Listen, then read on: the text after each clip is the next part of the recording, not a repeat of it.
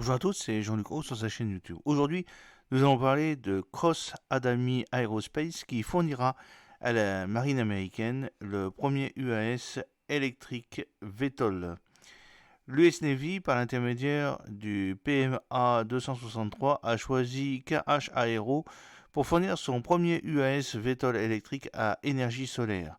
Il sera déployé par le système de reconnaissance à distance des petites unités du corps des Marines des États-Unis.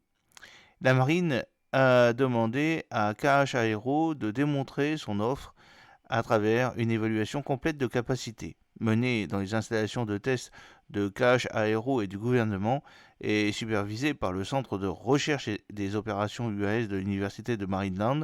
Cette étude comprenait l'évaluation de la maniabilité améliorée, des exigences réduites en matière de transport et de logistique, simplifiant radicalement l'empreinte opérationnelle requise pour exploiter un UAS de 120 à 150 personnes à moins de 5 personnes.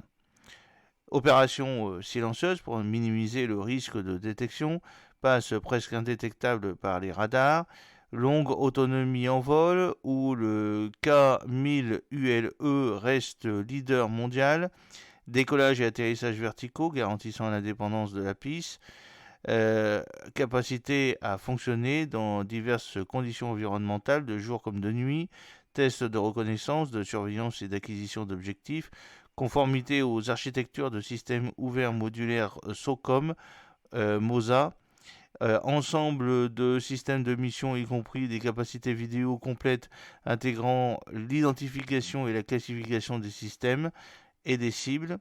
Le K1000 ULE offre à la marine la capacité d'effectuer des opérations de renseignement, de surveillance et de reconnaissance de manière plus efficace, plus simple, plus rapide et plus rentable. De plus, la marine sera renforcée au-delà des capacités de communication en visibilité directe, garantissant ainsi une couverture continue dans des environnements refusés et contestés. Le Camille ULE, tout en offrant la plus grande autonomie de vol dans la catégorie eVTOL, est également capable de partager des informations entre différentes plateformes en repositionnant les avions à la demande en fonction des besoins des capteurs tout en remplissant dynamiquement l'image opérationnelle commune. Un seul opérateur peut exploiter un essaim de plateformes sans pilote Camille ULE via notre interface utilisateur simple, identifiant une zone de couverture spécifique, puis lançant le nombre correct d'actifs. Le pilote peut visualiser le temps de vol, le nombre d'actifs dans le ciel, la puissance de la batterie et ce positionnement. De plus, l'opérateur peut revoir ou modifier la zone de couverture et les objectifs de mission à l'aide d'une interface utilisateur simple et ludique. Aujourd'hui, nous vivons dans la perspective d'une nouvelle ère de technologie de défense dans laquelle l'autonomie et l'intelligence artificielle deviendront plus importantes. La marine veut découvrir ce qu'il est possible et nous sommes honorés de leur offrir les solutions dont ils ont besoin, déclare Fatema Anmani, qui est PDG de KH Aero.